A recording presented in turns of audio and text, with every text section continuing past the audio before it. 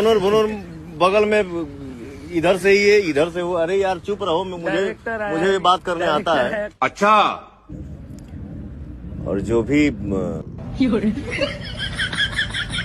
अबे जल्दी बोल, कल सुबह पनवेल निकलना है। आप हमको सिखा रहे हैं। मैंने ये बोला है ना, ये बस ये शिक्षे देवे वाला बा। तो क्या आपको बोलने आता ही नहीं?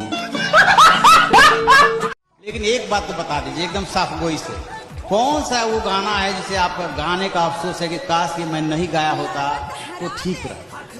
सर ऐसे बहुत सारे गाने। हाथ में लेना तो बहुत भाई, हाथ में लेना तो मुंह में धरा दे, हाथ में लेना